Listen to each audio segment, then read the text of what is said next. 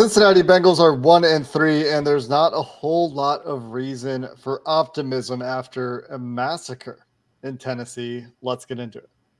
You are Locked On Bengals, your daily Cincinnati Bengals podcast, part of the Locked On Podcast Network. Your team every day.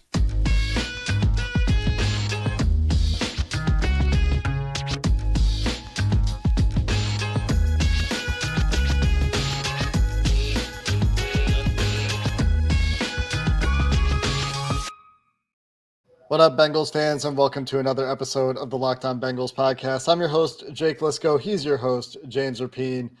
And unfortunately, the Cincinnati Bengals are 1-3 after losing another embarrassing game on the road, unable to get out of their own way on either side of the ball.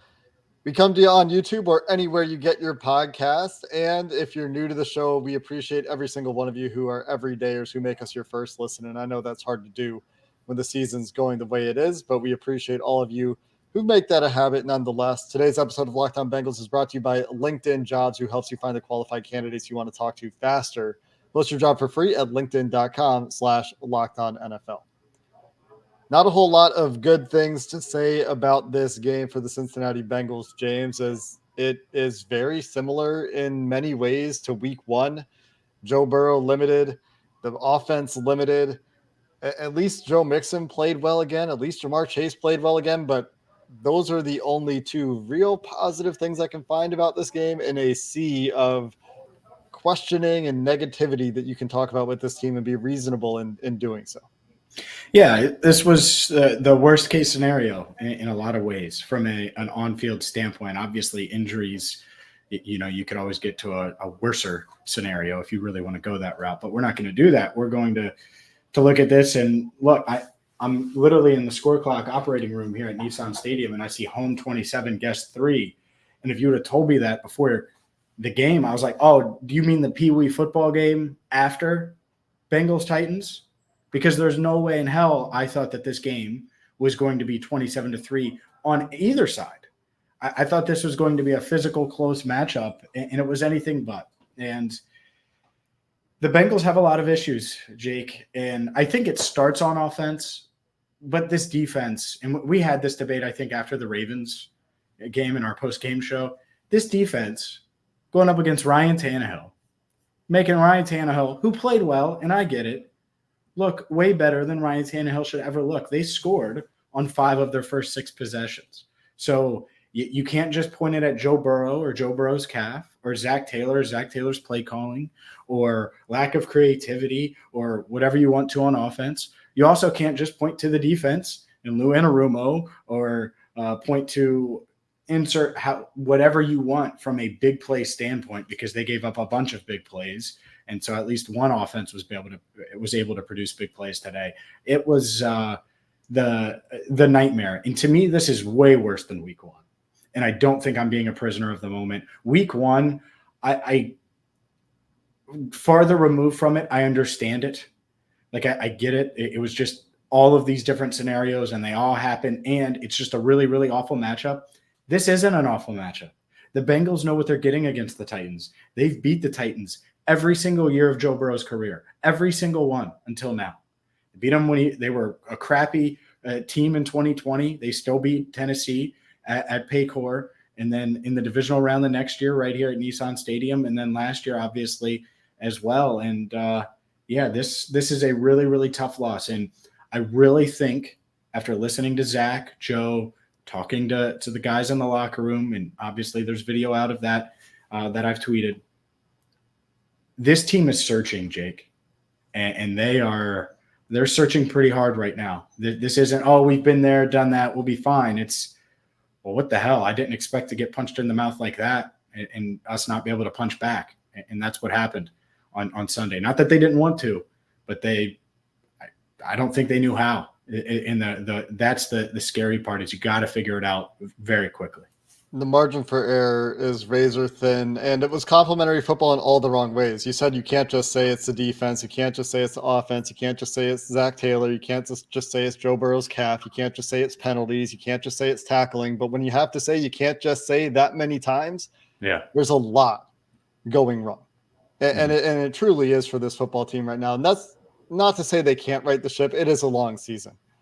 But what reason do we have to believe right now they can turn it around? It is really the challenging thing. We haven't seen consistent steps in the right direction really from any part of this football team. Like I said, excuse Joe Mixon and Jamar Chase from this conversation because both of those guys, I think, continue to play well. They've been pretty consistent, at least for the most part this year. But Joe Burrow's calf is a huge limiter for the offense in terms of what they can do, in terms of his ability to get out of the pocket. It puts them in a razor tight margin for error when they're on the field on offense. They get behind the chains. Their play gets forced off the spot just a little bit. The timing within a play breaks down by a half second and they're tanked. And that's what we've seen too many times this season. And the reason I compared it to the week 1 game, James, is because from a game script perspective, from the way the game played out, obviously the score is part of it. But despite an effective first drive where they choose to run the ball, Joe Burrow audibles to a run, got a look he said he'd liked and thought they could score a touchdown against a wide front on 3rd and goal from the 6 or 5.5. They choose not to go for it. They get a field goal, and then there's nothing for the rest of the game. And part of that is Tennessee starts blitzing and Burrow can't move to buy himself time regularly. Part of it is the offensive line not protecting well enough. Part of it is protection rules and free runners and just communication breakdowns. I mean, the list goes on, but the reality is, especially now with T. Higgins, the news is that he's got a fractured rib. So who knows what that means for his near-term future. Not a lot you can do with rib injuries. It sounds like he's going to miss some time, Rappaport is saying. And that's what you would expect with a broken rib. I mean, that's a crappy injury. Anyone who's had a rib injury will tell you it makes breathing hard. It makes laughing hurt. And anytime laughing hurts, that's when life is really not going great. But the answers are going to be difficult. I think it hurts to laugh for a lot of fans today.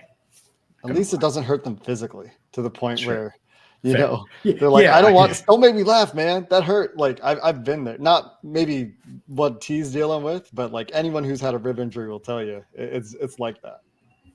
Yeah. I think that to me, adding T because we're going to talk a lot about the offense this week. I just know it. And so adding T to this, now they're shorthanded. Now and I get it, it's Arizona next week, but it's still Arizona and you're going on the road. And I don't think this Titans team's very good. Like, I think they're fine. I think they made Ryan Tannehill look way better than he is. I think Derrick Henry, you came into this saying, hey, you don't want to let Derrick Henry have his best game of the year. And what did he do? He had his best game of the year. Let's get into a bunch of particulars because I think there are different areas that stand out. This is literally our first conversation about the game, and I like that because it's our instant reaction as well. And so there's a ton, I think, that we should dive into, Jake. And so let's do that coming up next. Today's show is brought to you by LinkedIn. These days, every new potential hire can feel like a high-stakes wager for your small business, and you want to be 100% certain that you have access to the best qualified candidates available. And that's why you have to check out LinkedIn Jobs. LinkedIn Jobs helps find the right people for your team faster and for free. They have simple tools like screening questions that make it easy to focus on candidates with the right skills and experience so you can quickly prioritize who you'd like to interview and hire. Small businesses rate LinkedIn Jobs #1 in delivering quality hires versus leading competitors. LinkedIn Jobs helps you find the qualified candidates you want to talk to faster. Post your job for free at linkedin.com/LockedOnNFL. That's linkedin.com/LockedOnNFL to post your job for free. Terms and conditions apply. You said you wanted to talk particulars, and there is a laundry list of particulars we could talk about. The defense, talking about tackling a lot after the game from Zach Taylor to DJ Reader in the locker room, penalties, third downs, drops, offensive design, play calling, Joe Burrow's calf limiting the offense.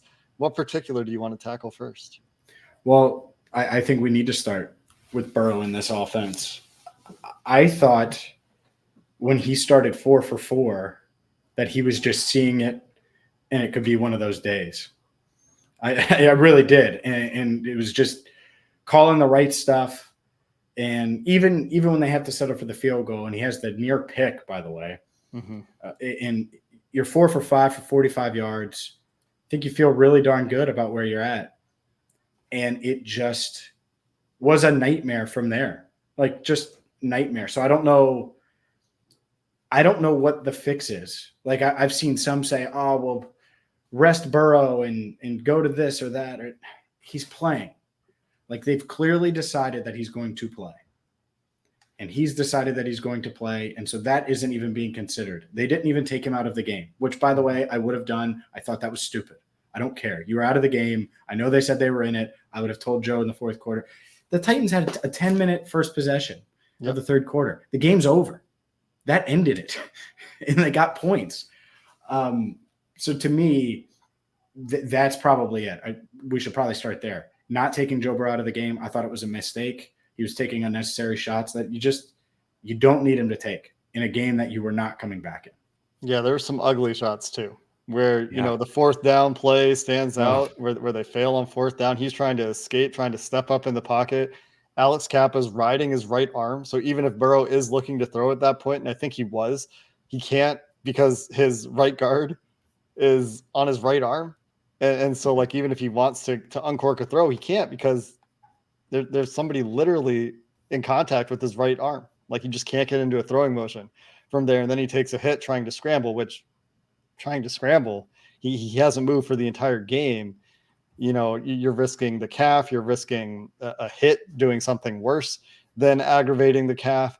So agree with that. At some point late in the third quarter, I started questioning, why are the starters still out there on either side of the ball? Let's just save legs. Let's try to see if we can keep some guys a little bit fresh or avoid some injuries. Because they also had Cam Taylor-Britt go out with an injury, got hit in the head, trying to pursue a running play, and Miles Murphy on the other side took just a shot from his teammate. Both guys just trying to make plays, and wrong place, wrong time for Cam Taylor-Britt. Getting out of the game without injury would have been at least something. We've got injury to go with the insult, and there were a couple up, like there are 2 fourth downs. I understand the field goal. I would have gone for it. Zach said they have a really good low red zone defense. We wanted to get points and make sure we started fast. I get it, but between that and the midfield punt, where they get into a fourth and 3 or something like that, near midfield. I'm trying to find it in the game log here. Yeah, 4th and 3 at their 47, down 14. A minute and a half left in the first half. I get that you don't want to give up more points on a short field there, but they gave up points anyways. Yeah, like your defense was getting shredded. They had a chance to get off the field. This is when they couldn't get a third down stop. Started here. The Titans were 0 for their first 3 third downs and then 6 for their next 6, and that was the game. Yeah, it was, and that's the decision. It's frustrating because I don't know if they would have converted, but you want to give them a shot at. They haven't scored a touchdown in the first half, Jake. Yeah, it's bad. They've only scored 3 total touchdowns on offense all year. They're averaging less than 13 points a game. And that's thankfully as high as it is because of Charlie Jones and, the defense doing what it's done. Like it's helped, turnover wise in some of these games. I'm talking about defensively. So yeah, I think it's as bad. I think it's as bad as it's ever been offensively right now. Yeah. Yeah. It's like this Andy era. Dalton minus mobility right now is this offense. Like it's as bad as it could possibly be with Joe Burrow quarterback. Yeah. And now without T, I think they're really – I don't know if they know who they are right now. Well, Burrow was asked after the game, right? He's like, it was Kelsey Conway from the Inquirer asked, what's the identity of this offense right now? And Joe's answer was, we can't get anything going. That is not – that is not an identity that you want. Nothing. We're bad. That can't be your identity when you're Joe Burrow, Jamar Chase, and all of the success this offense has had through the years. And just to give you an idea of how this game was going for me personally, when the Titans went up 17-3, last year, when the Bengals got off to rough starts, I would say time and time again, let's see. They've come back from this spot time and time again. Mm-hmm. My tweet at the time was that could very well just be ball game with 4 minutes left in the first half. 17-3 game. We've seen the Bengals come back from that numerous times in the Joe Burrow era. Even against the Kansas City Chiefs, we've seen the Bengals come back from that.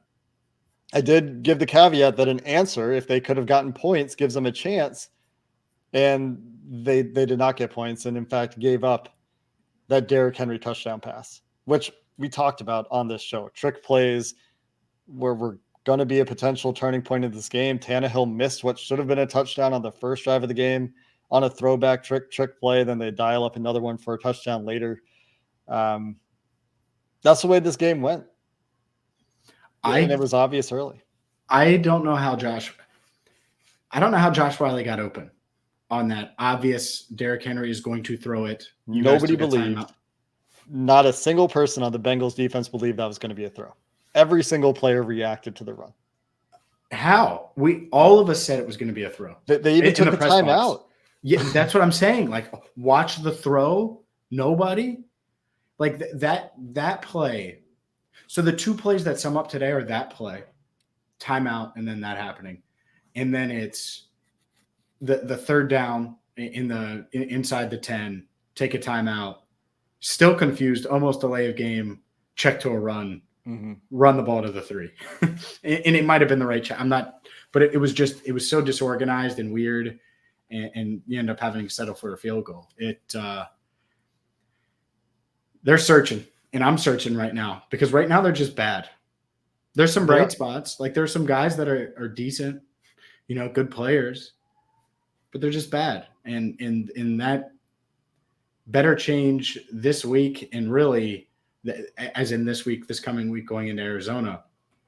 And now you look at these next two games against the NFC West teams, and you're already going to be 0-3 in the AFC, an 0-3 record going into the bye against AFC teams. But you're going to have to get these two NFC teams and get to 500, which, man, we should not be talking about this, but that's where we are.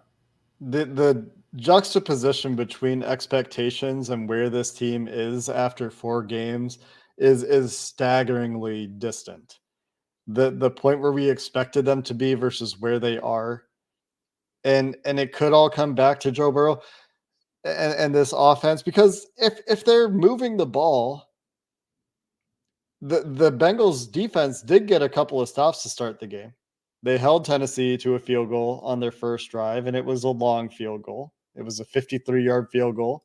So they got that stop. They get us 3 and out on the second drive, and they even got to a 3rd and 7 on the third drive for the Titans before they lost Nuke Hopkins on the sideline. But the offense in between there just didn't do anything. And then the defense starts staying on the field forever. The offense has all these really short drives. The Titans have back-to-back drives going in and out of the half. They have to stop opting to receive the ball on the opening kickoff. I don't care that you want to start fast, but it's just putting you at a disadvantage. It didn't come back to bite them last year because they played so well on their opening drives. But, man, the gap to fill right now, they've done it before. They have, but until we see it this year, it feels different. Like, I need to see them start to recover. And the tone, like you said, the tone from Burrow and Zach after this game is a little bit different, I think, than last year. It's not like last year. I mean, there's their second best receiver and third most important player on offense. One of them has broken ribs and it could be out to the bye. I mean, let's just say, could he miss 2 weeks? I think it's kind of realistic. So it could be out until after the bye. Joe Burrow's less than 100%. You're 1-3. It's rough right now. And it was already rough. Like, we were planning on it. Our expectations, we did a whole show on how offensive expectations were lowered some. So I think biggest surprise today is how much the defense got dominated. But let's continue. Let's continue this conversation, discuss a little bit more about the defense and more about an ugly, ugly day in Nashville for the Cincinnati Bengals. Today's episode of the Locked On Bengals podcast is brought to you by FanDuel, where you can snap into the NFL action with America's #1 sportsbook. New customers to FanDuel will get a $200 bonus bet guaranteed when you place a $5 bet. $200 in bonus bets for just a $5 bet with FanDuel. Win or lose, that's some great value. So if you've been thinking about joining FanDuel, there's no better time to get in on the action. And it's just incredibly easy to use the app with a wide range of betting options, including spreads, player props, over-unders, and more. So if the Bengals aren't keeping you interested, perhaps if you're into it, FanDuel.com can do that for you. Check it out at FanDuel.com/lockedon and kick off the NFL season with FanDuel, official partner of the NFL. Today's show is also brought to you by Streetside. Yes, Streetside Brewery. Beer is all they make. Family owned and operated since 2016, and they have award-winning beers, including pastry stouts, coffee blondes, brown ales, fruited sours, and they have a tailgate before every home game, drinking food specials, games and prizes. Plus, you can check them out for happy hour every Monday through Friday, 4 to 6. So maybe you're looking for a place to watch a Sunday night game or Monday game, or you want to watch all the games when the Bengals are in Arizona in that late window. You want to watch the 1 o'clock games. Well, you can do that at Streetside, and they have new beers dropping all the time. That's why I love Streetside so much. You're talking about family-owned and operated, local, and unique flavors, and something for everyone. So there's variety there as well. So check them out today at 4003 Eastern Avenue in the Columbia-Tusculum neighborhood near Lunken Airport. Again, it is Streetside Brewery.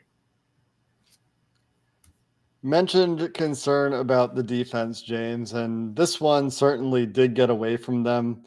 The Titans got to play with the lead, but it was the explosive stuff. Yeah. That's the big concern. Oh, Like Derrick Henry getting loose when he's rolling late in the game when the Titans are winning 17-3 already. Like that's probably going to happen to a lot of teams. Maybe not Bengals teams in the past. Maybe that's where they stiffen up, get an answer, and keep the Bengals in the game. And so I'm not saying that it's nothing, but the deep shot to DeAndre Hopkins, the play action stuff was working for the Titans. And Tannehill wasn't perfect. He missed a couple plays that could have made it even a better day statistically for him.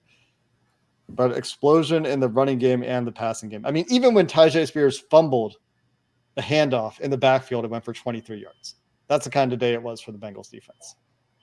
yeah. Yeah, that's true. It was that kind of day. That's another play that sums it up is Tyjae Spears. By the way, I found myself a couple times just looking at Tyjae Spears like, man, he would be nice on the other side. He'd be a nice little piece to have. But honestly, does it matter? Like, I think they need to revisit everything, by the way, offensively. Scheme, all of it. So, sorry, I went on a Tyjae Spears tangent. As far as defense goes, I think the thing that really bugs me the most today, the pressure wasn't there. Now they did get to him. Like if you look at the numbers, it's decent. It's not like, like Myles Murphy, congrats by the way, had his first career sack. They got to him. I remember him, tackles for loss. Like I remember them doing that. But if you're doing that, you need to get pressure on those explosive plays too. There's a completely clean pocket on the Hopkins throw. It's not like Tannehill was rolling out and found Chris Moore deep downfield. He was able to set and make a really nice throw. Like those are the plays where you wish that it was a little muddier because it was always kind of muddy for Burrow today. And I think the Titans had a really good game plan to do that. Meanwhile, the Bengals, Tannehill, yeah, he did get hit. It's not like he wasn't sacked or anything like that. At the same time, I was expecting, and they ended up getting the pick at the end when the game was over. I was expecting 2 turnovers, 5-6 sacks, locking down Henry a bit, and certainly not giving up these explosive plays. That's the part that's pretty shocking to me that they did. Like DeAndre Hopkins beating Cam Taylor-Britt one-on-one, like that's not shocking. Okay, so that's one play. All right, well, how does Chris Moore do it? All right, that doesn't make any sense. Like they're number 2. They were out without Treylon Burks today. and their offense was fine. Fine. Yeah. I mean, I mean, it's a lot of it, I think, like I said, a lot of it is Tennessee got to do the kind of offense they wanted to do. They were staying ahead of the chains on early downs, so they're getting into 3rd and 2s, although they did also convert that 3rd and 7 with the bomb to Hopkins, which is just, all right, you gave up a bomb to Hopkins. That's not good. But, you know, you go back to the first half on the 4th down that Vrabel went for on the other side of the 40, so about 7 yards different in field position, 4th and 2 versus 4th and 3. Tannehill sits back in a pocket all day until Tajay Spears uncovers past the sticks for first down. And the Bengals have their second team pass rush on the field, which I get because that's play number like 10 of the drive. 1, 2, 3, 4, 5, 6, 7, 8, 8 of the drive. And you need to rotate those guys, but situationally, that's not where you want to be. And maybe you're expecting a run, but either way, you got backups across the board on the defensive line on that play. And there was pressure when Tennessee had to drop back pass. This is the Bengals had their 4th sack removed by a penalty, by the way, that directly led to points for the Tennessee Titans. That was a 4-point swing going into the half. But once the Titans got to start playing their game, running the ball, staying ahead of the chains, play action, all the things that they want to do, Cleveland wants to do, neither offense behind the chains is very functional. Things really went off the rails. I mean, the Titans even converted a 3rd and 16 on a late hit call. It was unnecessary roughness. Dax It wasn't Dax. It was. So Dax was getting blocked by a running back, and he grabbed the running back, Spears, and they got like tangled up, and apparently he ripped the running back's helmet off. Because I asked for clarification. Broadcast. I asked for clarification too, because you look and Nick Scott, you're like, oh, did they just get the number wrong? And then Jordan Battle had the hit over the middle, and it was neither of those. It was on Dax, but that was brutal because if you have that and you get off the field there, maybe the offense put something together and you grab a little momentum. Obviously, it didn't happen, but that was the 10-minute and 22-second drive that extended the lead from 24-3 to 27-3 and really put it out of reach, I'd say. Like, even mindset-wise, I think you're like, oh, my God, like this is a beatdown today because there's only 5 minutes left in the third quarter and Joe Burrow finally got the ball. And immediately after that, they get a strip sack. Like the 2 times Joe Burrow actually held the ball a little bit on longer developing plays where he takes a little bit of a deeper drop and they're looking for shot plays, he either gets hit or he got sacked or he gets strip sacked. It was the strip sack. You never see that happen with Burrow, ever. He feels it too. He's just can't move. He's so good. Well, that's it, though. He's so good at stepping up and moving, and he holds to it. He keeps 2 hands on the ball always. He's not one of those quarterbacks that has just the one hand. And that happening, I'm like, man, that rarely happens to Joe. Obviously, it happened, but it's just a really rare thing. So just a crappy day. At the end of it, Tyler Boyd, he cut that little out on I think it was the 3rd down, and it was a loss. I think it was a loss of 1. He's fine, by the way. He just ripped a scab on his knee and was in pain from it. He was not happy, which I don't blame him. But he spun the ball, slammed the ball down, and then Burrow, after he got sacked on that 4th down, kind of threw the ball to the side too. It was that kind of day for the Bengals, and you could see it in their body language at the end. A lot of guys need to play better. The coaches need to get together and figure something out. There's blame to go around this Bengals team right now. If you're pointing to one thing, you're not pointing to enough things. If you're pointing to 3 things, you're probably still not pointing to enough things in terms of what needs to get fixed. It starts from coaching and the quarterback. It goes to the offensive line. It goes to many of the skill players on this team needing to play a little bit better on the offensive side of the ball. It goes to tackling on defense, discipline on defense. The penalties they've had in the last 2 weeks have been brutal, and good explanation on that Dax Hill penalty, James. That was not on the broadcast. You just can't do some of those things in some of those spots. And it's been a chronic talking point for a team that was very disciplined last year. The penalties in particular. When your margin for error and victory is as narrow as it is for the Bengals right now, You can't have that. But the hope is that Burrow continues to get a little bit healthier. Said the calf felt good today. No setbacks again. It's obvious he's not moving and pushing it, but the longer he goes without re-injuring it, the hope is that he can get closer and closer to being able to play like himself a little bit. And they'll need some of that, I think, if they're going to get out of this hole. But we'll have plenty of time to talk about where the Bengals go from here as they're looking to recover. They were 2-3 last year too. And Arizona, while they've shown some fight and they're feisty, is an opponent that before the season started, we would have said the Bengals should have no issue taking care of business in that game. They've scored 6 points on the road, however. And so that will need to change next week if they're to get off this losing streak. Really, I know they won a game in there, but it hasn't felt good all along. That's going to do it for this episode of the Locked On Bengals podcast. We'll be back with more on this game as we transition to week 5. Until then, thanks for listening and have a good one.